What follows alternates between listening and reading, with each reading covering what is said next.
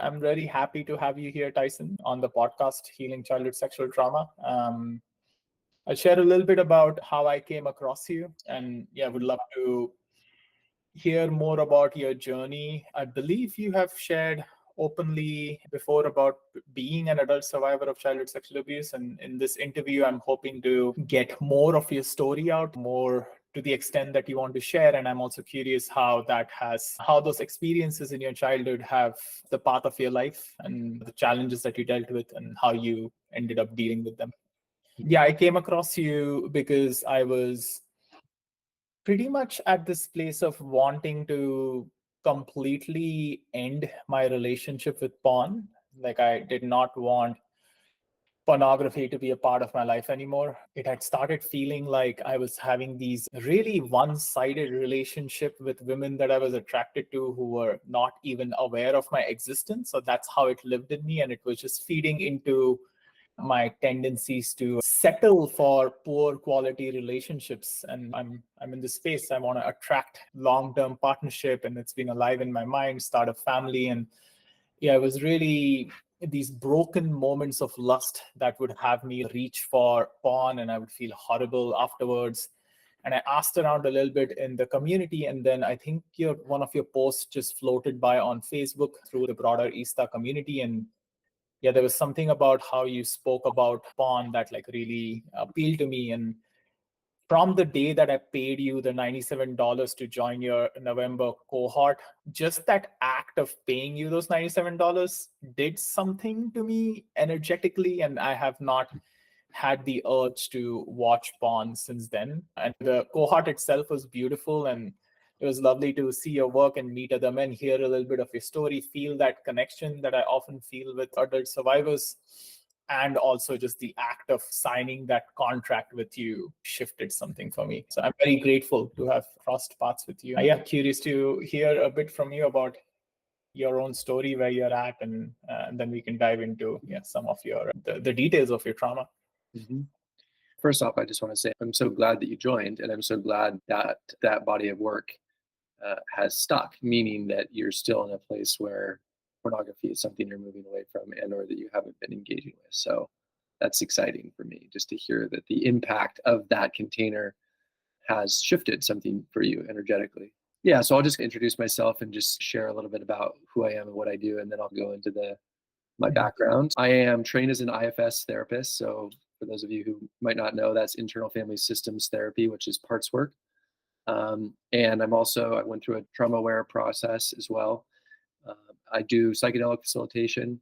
I also work with couples, but my main specialty is working in and around sexuality, whether that's porn addiction, sex addiction, sexual trauma, and especially where sexual trauma interferes with intimacy in relationships. I love working with couples where there's a difficulty in relationship to the sexual piece. And I thrive in that. I love it. I would say I much prefer working with couples than I do working just with individual men. But it's not to say that I don't like working with individuals. I think it's just, I like the perspective of being in the charge of two people coming together where there's a challenge, and being in the middle of that and helping them to peel that back and to reflect both parties' perspectives and help each of them move through their process. Mm-hmm. So that's what I do. And I've helped hundreds of men with pornography addiction. When men work with me for 12 weeks, my guarantee is that at the end of 12 weeks, you'll be porn free or you don't pay me. That's how confident I am in both the process that I lead people through, but also I hold a vibrational frequency of freedom from that energetic yuck, and I have a regulated nervous system. And so when people sign up with me, they're signing up usually because there's a felt sense that, yes, I also want that way of being or that frequency that I'm feeling. And that's men's communication to me. They've shared that with me. And so I'm just more reflecting what I've heard. And then I also hold a men's group. That men's group is dedicated to entering men's work through the lens of sexuality. So we do that on Monday nights, and that's an opportunity for men to come in and to share in confidentiality what they're going through in their relationship to sexuality. Some men are coming in with porn addiction. Some men are coming in with sexual traumas. Some men are coming in and they want to become multi-orgasmic. Some men are coming in and they have erectile dysfunction or premature ejaculation or performance anxiety. And so we're creating a space to do men's work in and around sexuality. So there's 30 men that are a part of this container that was an extension of what you joined in November. And it's just monthly, and we do it on Mondays.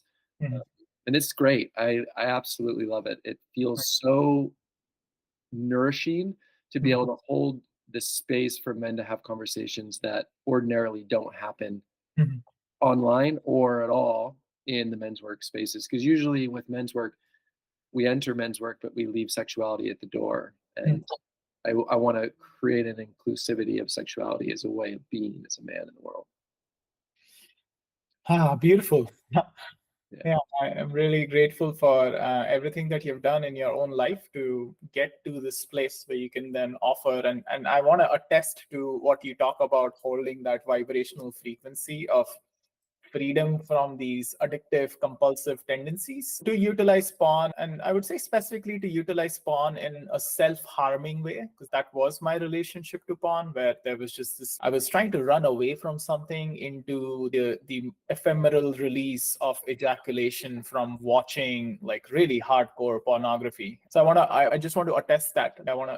I see that in you holding that vibrational frequency, and just in some ways being in your presence, even without perhaps needing to say something about it or talk about it, is shifting something, or I've experienced the shift in myself.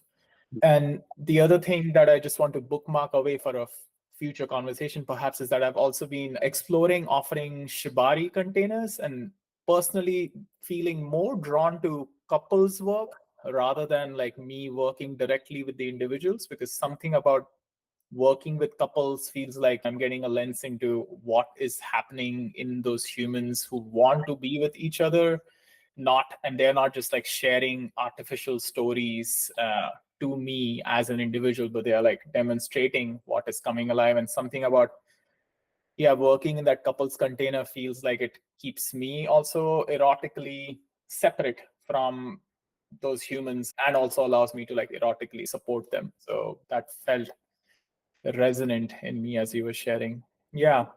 So typically the way I run the podcast structure is we start off with just getting a sense of who you were as a child. Apart from the trauma, I'm like curious to hear if you were like a high school nerd or the jock, like things of that level. Are there any, if you could describe yourself as a child, what are the salient aspects of it? Like, where did you grow up? Did you have a lower economic class upbringing, middle class upbringing?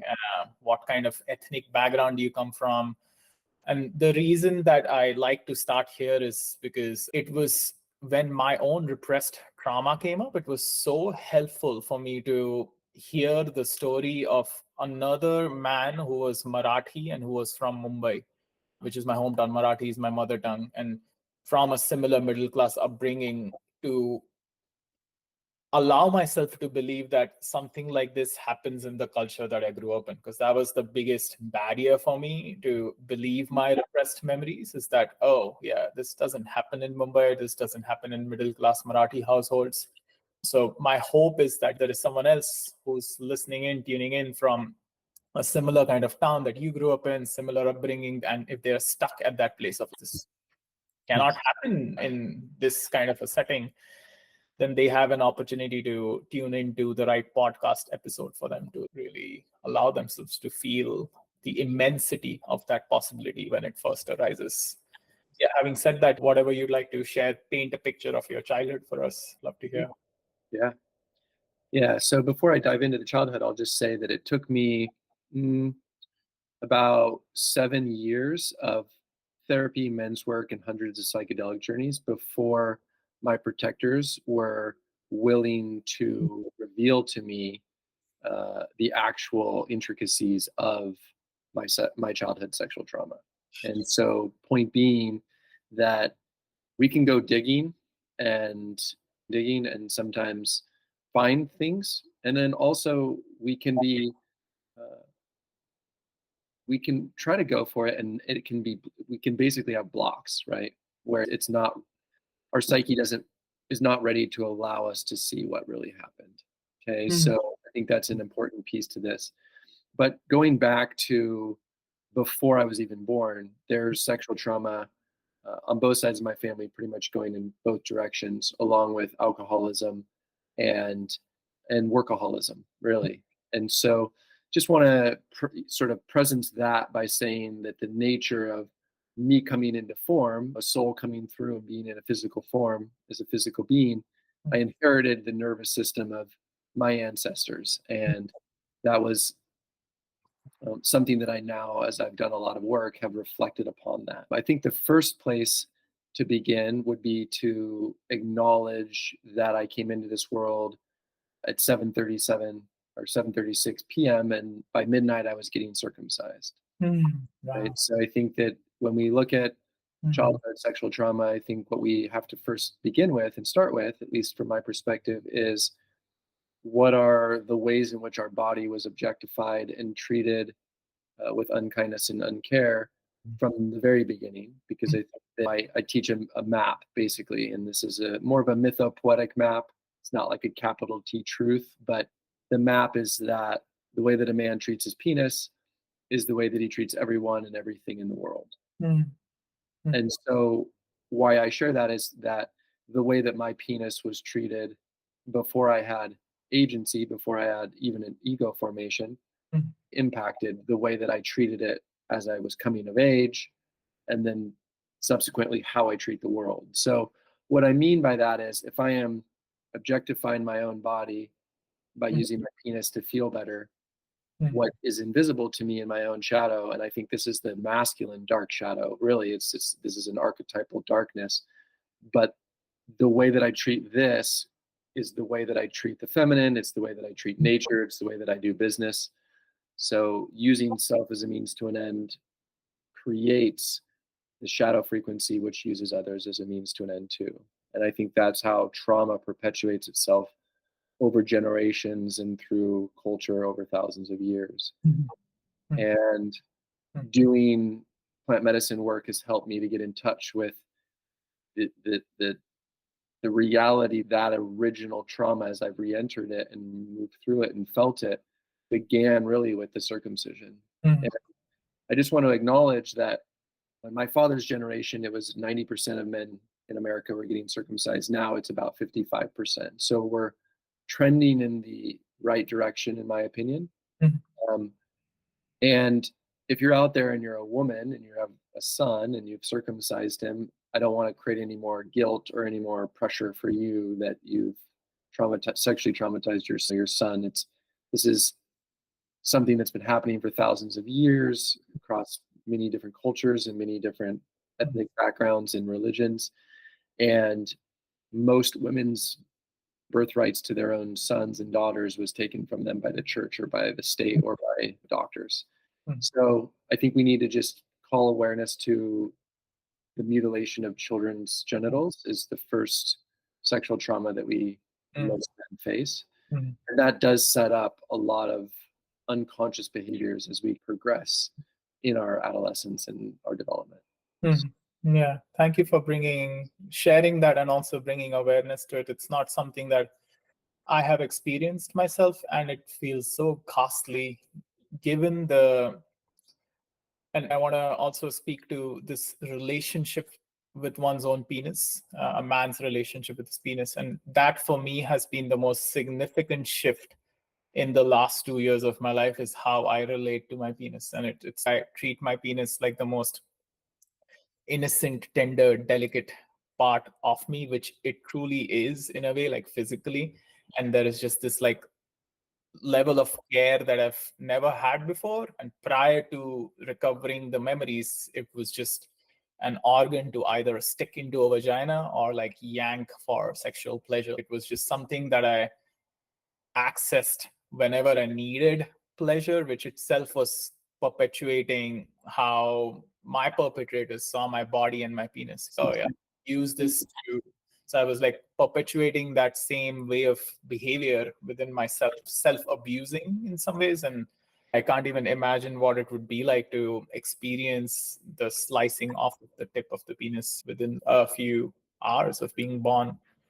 This has been a very active exploration for me around the normalized ways of treating children that are leading to childhood sexual trauma, like societally normalized ways. And the most obvious ones are genital mutilation. And I know there are countries in Africa where it is common to like slice up the clitoris, circumcision in Abrahamic cultures. But there's also more other subtle ways of treating children. And a previous guest on my podcast spoke about just the notion that the children are our property, like they belong to us. That itself like starts off a way of looking at children as, oh yeah, I can do whatever I want with them. And so that layer is the hardest to deal with, like the what is normalized by society, because it is normalized to an extent where people cannot even see alternatives. And then because we don't talk about this, I'm so grateful that you've created this men's workspace that is focused on men's sexuality. That is where we start. And because we don't talk about these, many of these normalized ways of treating children's bodies do not even like have the opportunity to rise to the surface of conversation. Mm-hmm. Yeah, absolutely. Yeah. And as I grew, alcohol was present in the home, mainly for my father, but my mother was also drinking. And where was this? Like, where were you growing up? Washington State, in a very small town, so about 6,000 people, mainly a Christian and Mormon community, and Hispanics, but for the most part, very little diversity in comparison to when I moved into Seattle into college. That was a lot more diverse for me. Do you have Hispanic heritage? I don't know. I'm more just European. Lots of different kind of a mutt. I have lots. Like I've done my family tree and I've traced it. I'm actually, my ancestors have been on North America for a very long time. I have roots to actually some of America's presidents, like John Adams and John Quincy Adams. And it's been interesting going back and seeing how I have a lot of roots here in America, whereas some people are first or second generation. I have more than 12 generations. Yeah, fascinating.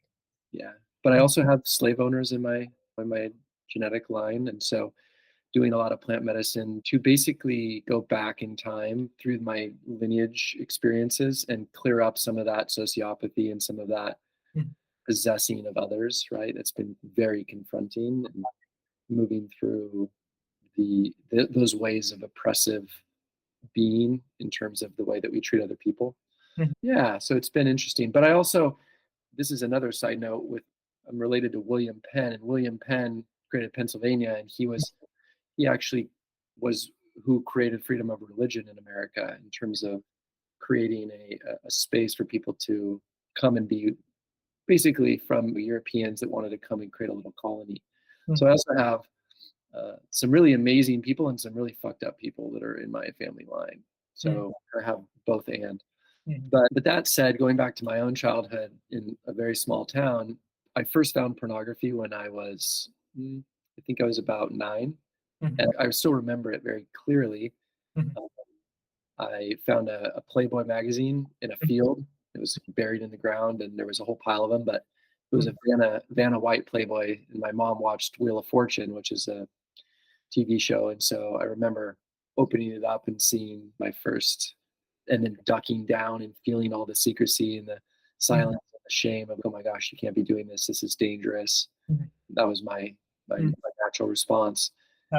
And then I just kept going back to that for months. Every day after school, it was almost as if there was pre-porn and then there was post-porn. And once I knew that pornography existed, my orientation was to find more of it as fast and as quickly as possible. And my play and my relationship to even video games and toys and all that kind of just stopped. It just went out the window in the pursuit of this stuff.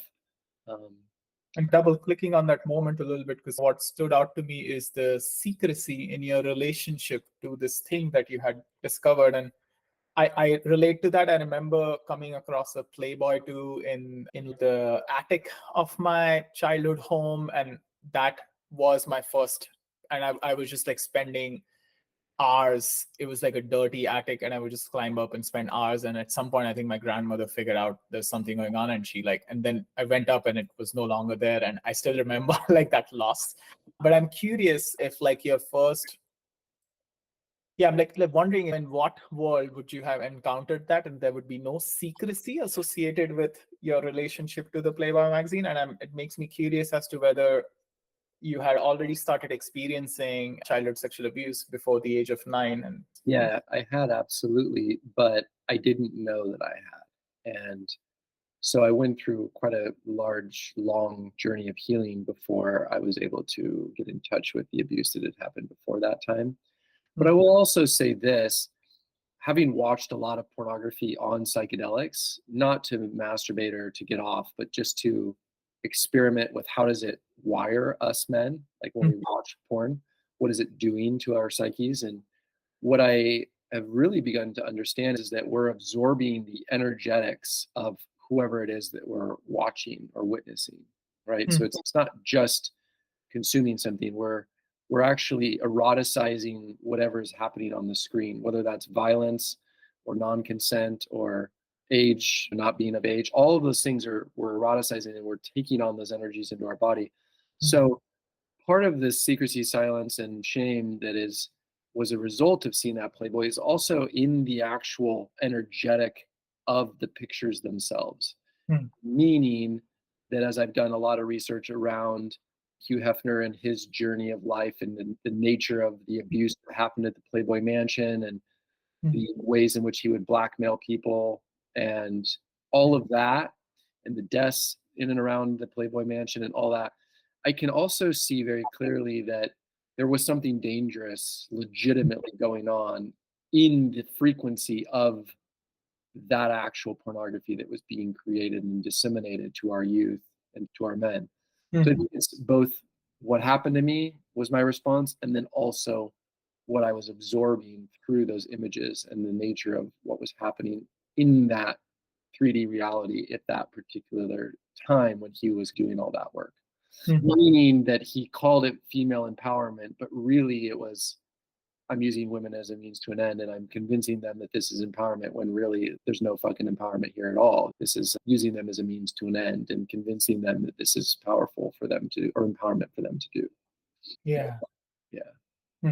Fascinating. Yeah, there is something there. It brings to my mind just this it lives in me as a very Buddhist idea. And I can sense from your energy and some of the imagery behind you that you probably have some access to Buddhist beliefs about the traits living in the relationship that one has to the object rather than the object itself. So it's about the relationship.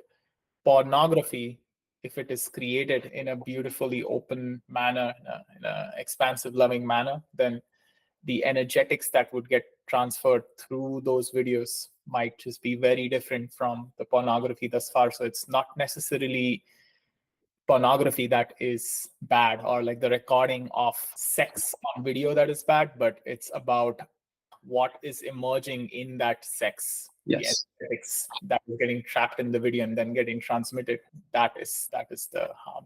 Yeah. And what you're speaking to is non-dual awareness, and you're speaking to a level of consciousness that most men are not operating from. And my mentor, Jamie Wheel, he says it really beautifully. He says, it's never about the thing. It's always about your relationship with the thing. So in this case, it's not about the porn. It's about your relationship with the porn. But unfortunately, it's also about the creators of that pornography. What is their relationship to the porn? So if their relationship is tainted, and then they create that pornography, and then we eroticize that, we're absorbing the frequencies of whatever was in the creation of that material. And we don't know that's happening. But the more I did psychedelics and watched porn, and the more I went and laid down, and then I allowed that energy to move through my system, and I started to trauma release, I started to very clearly see that my nervous system was dysregulated because of all of the energetics that I was absorbing in the process of eroticizing that material and taking it in. This actually opens up a really fascinating segue that has been a part of my own exploration of the truth of these repressed memories. Is this a true thing or not a true thing? And what am I absorbing in the containers where I'm like recovering these repressed memories and these ayahuasca ceremonies, or when I take psychedelics. And I'm curious to hear your own relationship, because you've spoken a little bit about having some level of repressed memories and slowly being able to recover them. And you're also speaking about recognizing that when you have watched all of this porn that was created in places of abuse, you were also absorbing some of that energetics. So I'm curious to hear your take on if that has ever challenged your own rooting in your belief that you were sexually abused as a child. Has that it's and I'll share personally that there have been many moments where I've wondered, have I just empathically absorbed stuff from my lovers, from just society, from porn that I've watched, that has then, to make sense in my system, constructed these stories that my grandfather sexually abused me, his friend sexually abused me, or if it is real, and how do we like distinguish what is from our own personal background versus what is something we are sensing in another human. I'm curious to get Yeah. your. So I had told myself in the world that I was not sexually abused, that I was the lucky one in my family that made it through and didn't have sexual abuse. So I lived that story because my protectors didn't want to allow me to acknowledge it. And then what happened was is I went into my ayahuasca ceremony. This would have been July of last year. And I go into these now with less intention, which is to say I don't go in with trying to dig or to try to find anything. I just go in and just allow for whatever wants to emerge. And when I went in, I I had this story that I've told people for 7, 8 years now, that my first pornography was the Playboy that I saw in the field. Mhm. And so I'm in the middle of the ayahuasca experience, and I said that story came up. That was the first time I watched porn. And then immediately my soul or myself, depending upon if you're looking at it through an IFS lens or a spiritual lens, said to me, no, that's actually not true. The first time you saw pornography was on your grandfather's arm. And Mhm. this has been my step grandfather, but he was a Navy man. He's dead now, but he had a naked lady tattooed on his arm. Mhm. And as soon as that memory hit, fortunately, I do a lot of inner child work in IFS.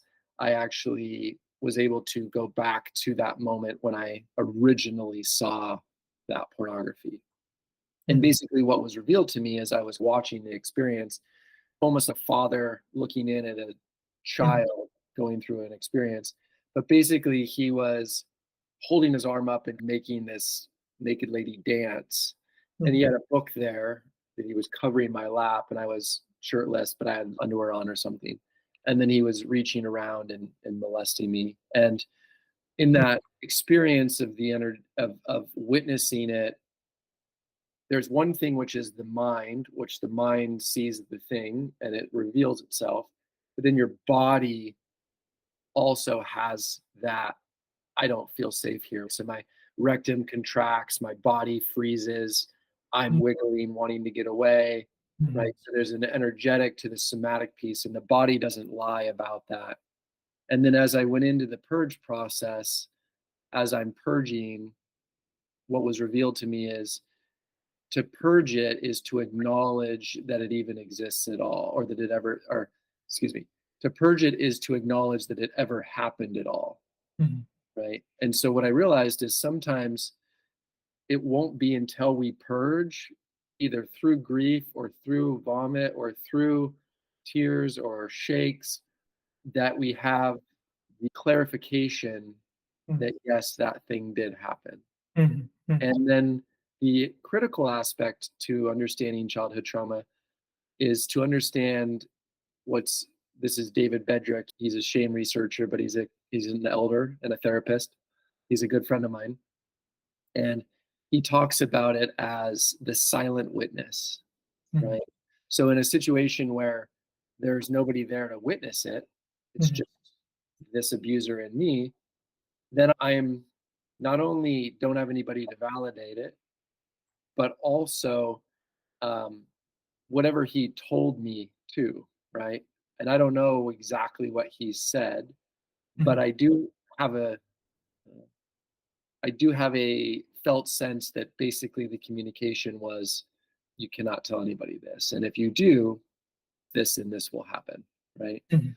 So then we're forced to hold the secret of our abuser Mhm. through what they share, either verbally or through actual violence, physical intimidation. And so then what happens is that's where the shame enters the system. The shame enters because we don't have a witness there to validate Mhm. what actually happened to us. And Mhm. now here's the interesting thing with all this. If something has happened and then we go show up to our family and we're acting weird, there's also another silent witness in that they don't actually ask, hey, you're acting different. What happened? Because my family had a lot of sexual trauma that they hadn't dealt with, they didn't actually check in to say, hey, what happened to you? Why are you acting differently? And Mhm. so then what happens is we have a collapsed witness, which is that nobody checks in. So then we don't even know if it's true or if it's not true, Mhm. because nobody in our family system validated it. Or they say, oh, he would never do that. They gaslight us. You're crazy. Yeah. Or they just see it and then they just turn and walk away and pretend like it didn't happen to you. Or Mhm. they just tell you, no, that didn't happen to you. That they just deny it. So a silent witness is anyone that observes you having been traumatized and then denies it, turns away, or gaslights you. And that's where the shame enters, because Mhm. then we think to ourselves, I guess on some level I must have just deserved this. And Mhm. this is a part of my journey or my path or whatever. And Mhm. no, actually, fuck off. Like, we did not deserve that. And it was absolutely not okay that happened. Mhm. And because we didn't have anybody to tell us that, Mhm. we then live in the fractalized curiosity. Is that real or am I making it up? Like, Mhm. what is the truth? Mhm. So I'll Mhm. pause there and let you reflect, and then I'll finish the story about how I worked with that, my grandfather, and that memory, because there's a little next piece to that, but I want to get your reflections first. Yeah, but standing out, it's really powerful, and there are many parallels in that first moment of recovery for me. It was also my grandfather, and I could feel his shame. Like he had just finished masturbating me, and he was sitting across, like on a separate, in this room that I'm still unclear on which location it was exactly. And I could feel his shame. And it was a surprising moment for me of being covered in my own semen and like just feeling the physical stickiness of the substance in my groins. So it was the first time I was feeling it. And I was also feeling his shame. And it was just creating a mixture of weird feelings in me that I didn't, and it was exhilarating. Like the moment of orgasm was really exhilarating. So all of that together was just so confusing for my system to handle that, and I did not have anyone's support. So I just slammed it all away. And as he was speaking to, I think you spoke to the grief, the repression, and you also spoke about how, like, sometimes in order to fully recover these memories, like you have to purge it. And the purging can happen through grief, through shaking, through like puking. And each of these, like grief as a channel of purging, shaking as a channel of purging, puking as a channel of purging, like each of these are also demonized in some ways in normative society. Like most men that I would speak with, like just any random male friend of mine from my college, for example, if I talk about like expressing grief or puking or like shaking, even something as simple as shaking, like men just don't do that unless you're in these like weird conscious sexualities, weird quote unquote conscious sexuality spaces, which is honestly like these pathways themselves are blocked. So that is like really standing out to me. And then the other piece that was interesting is you said you carried the story that you were the lucky one who got out without any sexual abuse from your family. And I feel like that is a common trend going back all the way to perhaps even further back. But Sigmund Freud writes in one of his letters to one of his colleagues that he believes his siblings were sexually abused by his father, Mm, and he does not say that about himself. Oh, wow. And that, I don't know how familiar you are with Freud's own psychology experience, but he had these theories that childhood sexual abuse was what caused hysteria, which was the common like psychological diagnosis back in the day. But then he was like, oh, that would mean childhood sexual abuse has to be more prevalent. It just can't be that prevalent. That was his. It just seems it seems statistically impossible to him that there would be so much childhood sexual abuse in middle class Vienna. And then he flipped to the Oedipus and Electra complexes, where he came up with theories which were like, these are innate urges. A boy wants to fuck his mother, a daughter wants to fuck her father.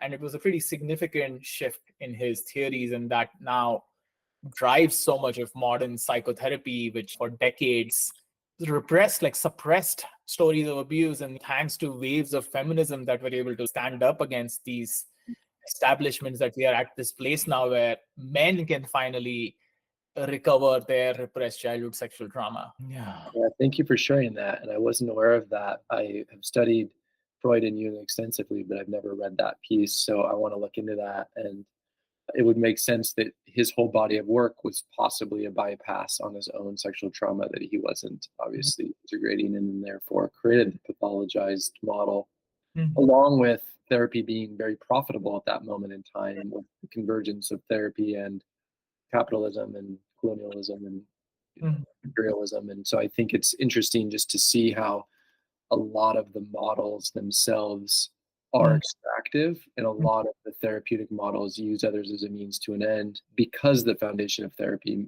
started with Freud and moved and emerged from that place. Yeah, so those are some things that came up. And yeah, and I just want to circle back to this story with my step-grandfather. And the reason why I think it's so important is because, first and foremost, I just want to say I spent about 4 years, because I knew that he had abused other people in my family. I'm not going to go into who, for confidentiality's sake. And so when I said I was a lucky one, it was because in my relationship to other, I saw that he definitely did do these things to others.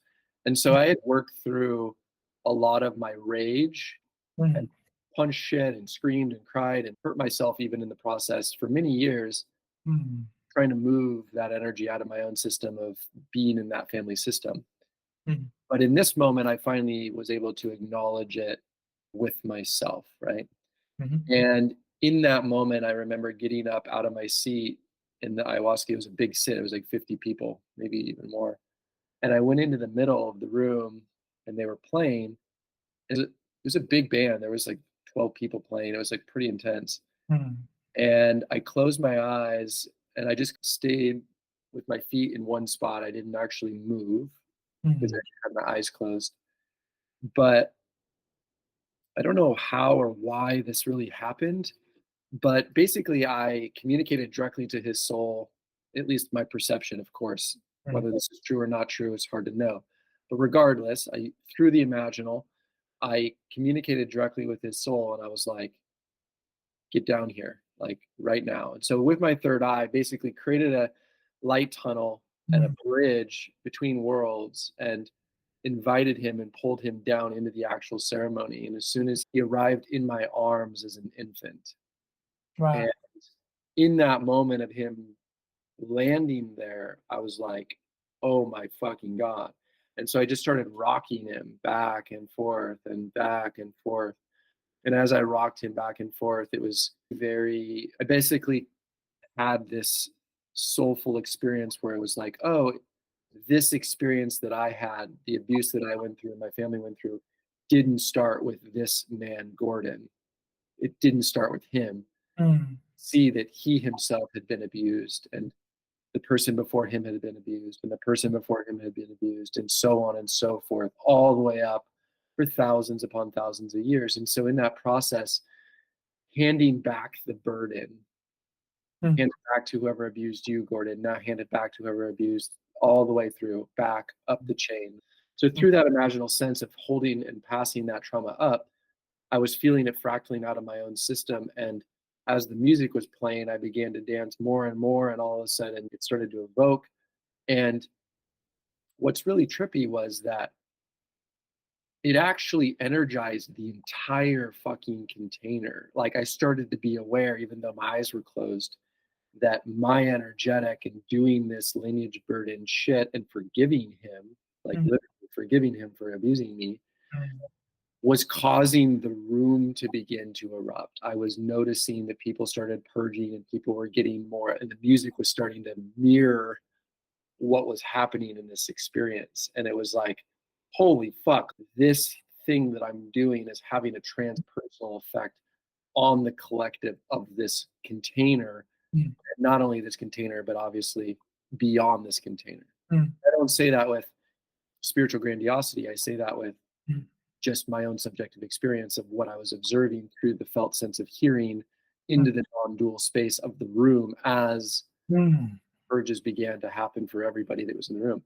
And as that all released and I went and sat back down, the song ended, I still had not like fully vomited actual substance. I had energetically vomited, but I hadn't released, and I didn't feel safe actually to do it in the group. So I had actually went outside to mm, a tent and actually finally mm, heard, and then just rolled on the ground, and then held mm, my voice self as I actually grieved and cried it and like mm, fully felt it. So that was the journey. And of course, there's obviously putting the pieces back together. But what I can say is, coming out of that experience, it was integrative in itself. It didn't need a lot of therapy or a lot of mm, integration because it was so psychospiritually rich with so much information. mm, And I felt way stronger, and I felt, wow, I don't actually have to hide anymore. I don't have to hold this story anymore. I don't need to pretend like I didn't have this abuse. Uh, mm, and it feels really good to be able to just share it. And what's so cool about it is being in a men's workspace, because I can share it so vulnerably, and I'm not asking you as the audience, you specifically as a man that's interviewing me, but also the audience. I'm not asking anybody to hold me because I've already held myself. So you get to listen to what my story is mm, without needing to hold my energetic because I've done that. Of course, mm. that might be evoking your own stories and your own stuff inside of you, but it feels nice to be able to be spacious in my capacity to share my trauma without needing my audience to care for me or hold me.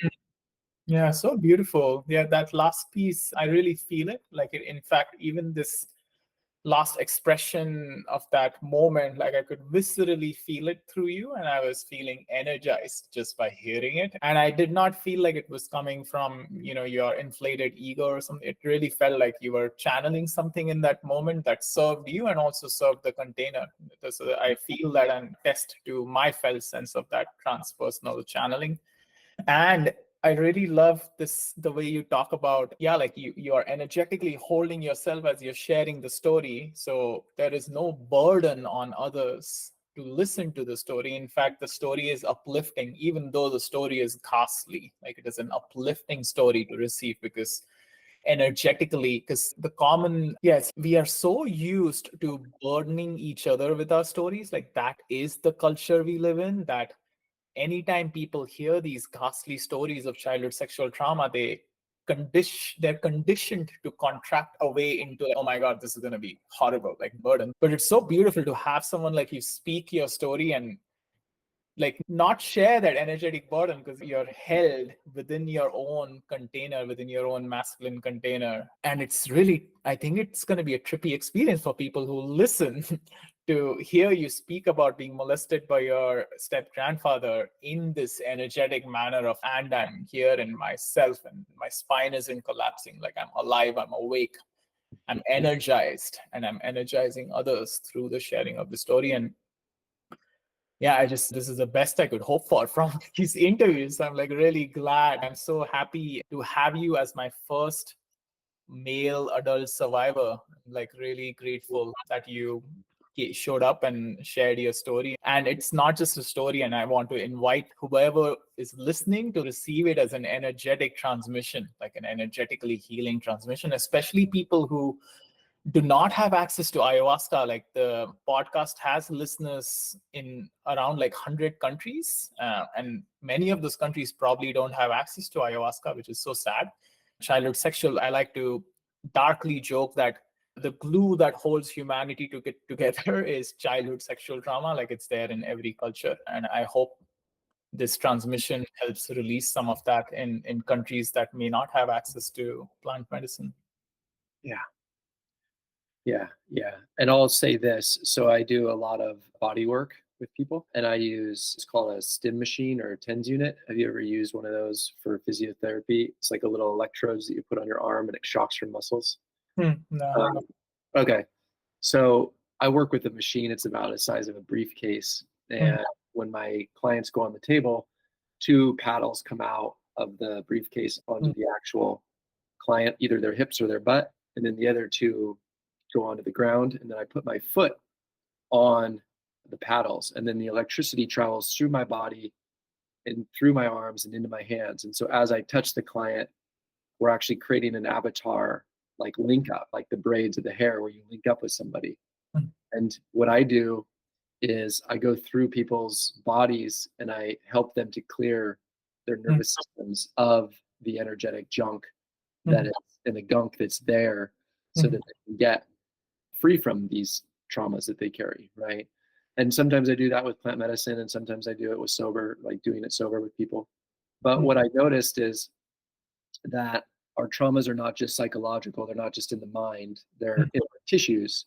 So I might be going through somebody's body and I touch their liver for some reason, and all of a sudden it'll trigger that 7-year-old memory that was not accessible, but all of a sudden now it's accessible for whatever reason. That's where the memory lived, in that part of their body, or in their kidneys, or in an injury down below. Or with men, I'll even work into the perineum region and help them to move the root chakra and get the energy that's out of that area out of their systems. So I share that as this awareness that the technologies are coming for this type of work, where if medicine's not something you can do, you can work with it other ways. Another way, which I'm not sure if you saw this or not when we were doing the No Net November challenge, but I do a lot of work with massage guns. Right. So taking a massage gun and doing the bottom of your feet and then opening your throat and releasing, you can literally go through your entire body if you're a man or you're a woman. And if you have traumas in your system that you want to clear, you can actually learn to transmute that energy from your tissues into vocal cords and then into like letting it go. And I wouldn't have necessarily known that if I hadn't done ayahuasca, but the more you do ayahuasca and the more you purge, the more you realize that if you look down at the bucket, you realize that you're actually letting go of the gunk. You're letting go of the energetics, what no longer serves you. So you don't need to actually purge liquid out of your body, but you can actually just gunk it out.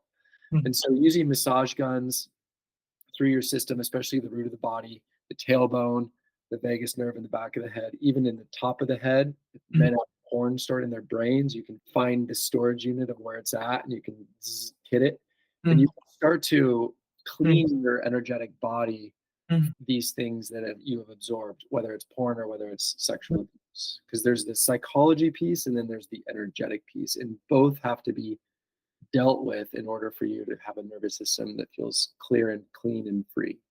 Yeah, so beautiful. Yeah, this seems like a very accessible practice, like to those who can get a massage gun. And it's something that I've seen you do, and it's something I actually haven't tried yet, but and I have been noticing newer waves of anxiety alive in my system, and I'm feeling inspired to play with the massage gun. Like I'll often notice that in my front of the chest, there is a lot of contractions and high vibrations that happen when I'm caught up in anxiety, leading into like panic attacks. And it typically happens when there's like a fresh layer of repressed memories ready to come up. And I can sense that's the case for me right now. So it's helpful to hear that. And I want to just do a time check. You have another, how many minutes?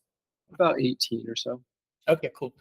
Yeah, I wanted to move the conversation more into, people who do not, because I see you as this like modern day experimenter with technology, like actual like doing experiments for release of trauma, which is so inspiring. It feels like there is you've applied the scientific method or like the experimentation method to trauma release in this fascinating manner that I haven't encountered a lot yet. And also, I'm curious, let's say we are speaking to a man who has some vague sense, lives a very numbed out life and is struggling with different compulsive behaviors, and feeling back into the times of my life, which wasn't that long ago, like 5, 6 years ago, that I was really in that state. There would be a lot of lethargy to even do one of these things. Take the massage gun, use it. There would just be lethargy to do these things that could release me of my suffering.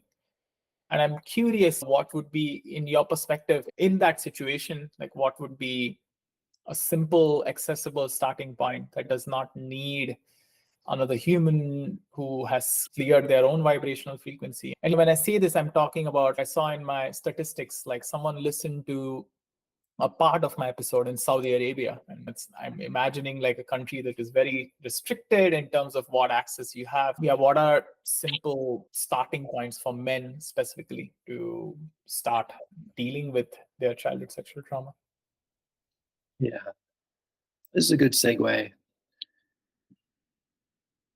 I was just on a call this morning and I said the same thing, but I think it was a really good thing that I'll share again. So if Pornhub is McDonald's and you're driving up and you roll down your window and you order from the menu and you get a Big Mac and fries and a shake, that's typing in the search terms to Pornhub. And then you're in the line going through and then get up to the front and you found the video you want and they open the window and you smell it and you're like, okay, this is it. This is the one. And you're all aroused. And then you hand them your credit card and they swipe it, right? With fast food, you have to pay before you get the food. But with porn, you pay on the back end, right? Which is with your energy levels. Okay. So then what happens is they hand you the food, you pull over, you scarf that McDonald's burger and fries and shake, and you discard you discard it like just being reactive with your sexual energy. You just whip out your cock and you masturbate, you just clean up and you carry on with your day. The way you feel after eating fast food is not that different than the way that you feel after you ejaculate mindlessly. And so what I always remind men is that lethargy and feeling burned out there's a physiological aspect to that, which is that our seminal fluid and our semen have proteins, they have amino acids, minerals, and vitamins. And when it's going out too quickly, meaning daily or regularly or multiple times daily, our body has to do that autonomic function to recreate our seminal fluid. And so where does it pull the energy from? It pulls it from our body. It pulls it from our bones, our bone marrow, our blood, our organs, our brain, most especially the hypothalamus, right? The endocrine system of our body. And as it pulls that energy from our endocrine system, we have to realize that our endocrine system, especially the hypothalamus, it regulates all of the other things in our life. Sleep, hunger, thirst, body temperature, and our mood. So basically, it is really critical that if we want to have a stable nervous system, that we don't over ejaculate, because that creates a lot of the lethargy. So what I say to men is, okay, if we're not going to masturbate McDonald's, Pornhub, then what are we actually moving towards? Then I'd say, okay, that looks like an organic meal. It means going to the organic farmer's market or Whole Foods or whatever, and it means buying organic vegetables and high quality meats and spices and coming home and preparing that meal and treating it like ceremony, treating it like prayer, and eating that with intentionality. And as we graduate from mindless masturbation to mindful masturbation, we begin to alchemize our sexual traumas. We begin to alchemize our way of being in the world too, because this is a reactive way to do it, and this is a very proactive way. So I'm not sure if you were in there on call 4, but call 4 is all about mindful masturbation, right? So, which is, if mindless masturbation is to feel better, and mindful masturbation is to better feel. Okay. So to feel better is when we're sad, we're sick, we're bored, we're angry, we're confused, we've been rejected. If that's where we go to masturbate and watch porn, it's not wrong or bad, or it's not immoral, but it does impact your life, meaning that we don't have enough energy to do our goals and dreams and to take action to heal ourselves and to be with our families and so on and so forth. Okay.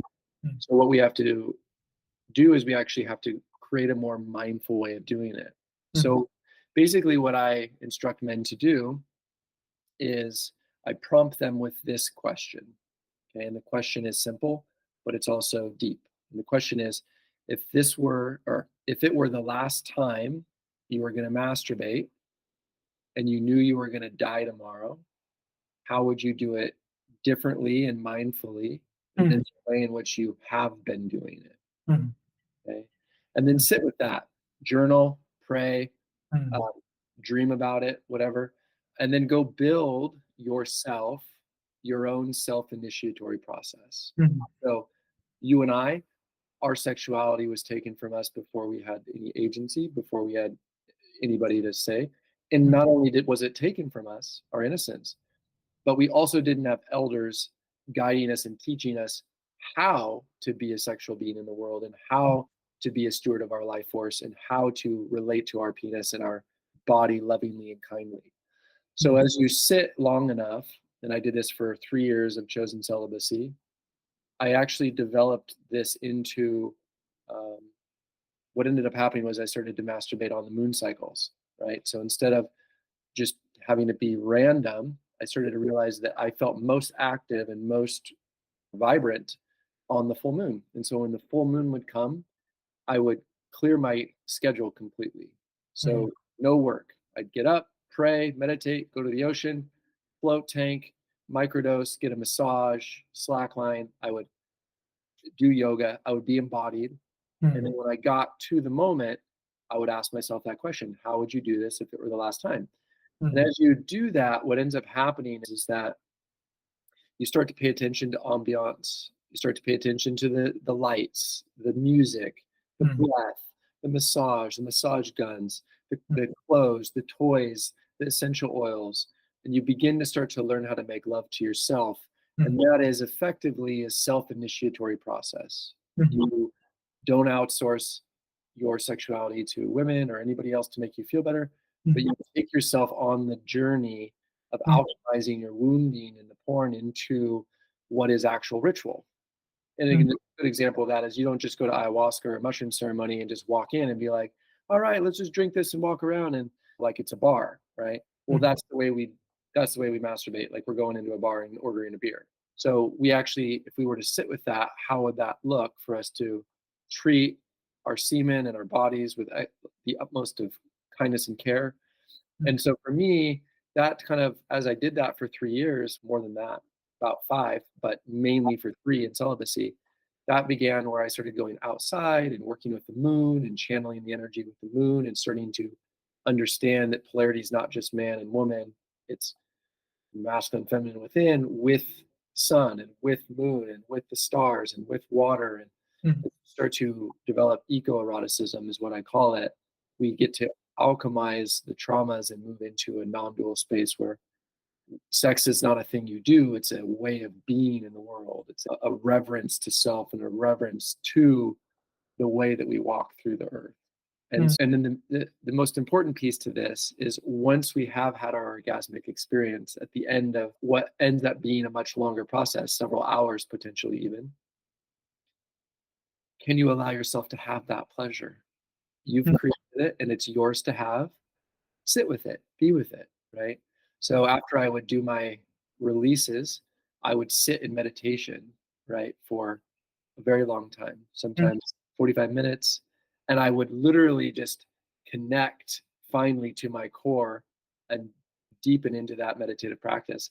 And the longer you satiate in that moment, the less you need to go back to the wishing well for another masturbation session the next day and the next day. So as you begin to pull that energy back in and cycle it and do the microcosmic orbit and move the energy through your system, I was able to build my entire life from that portal, meaning that sex magic that I was doing, I would come out of that, build my business, create my life, fall in my partner, all of those things that were necessary in order for me to have a different reality.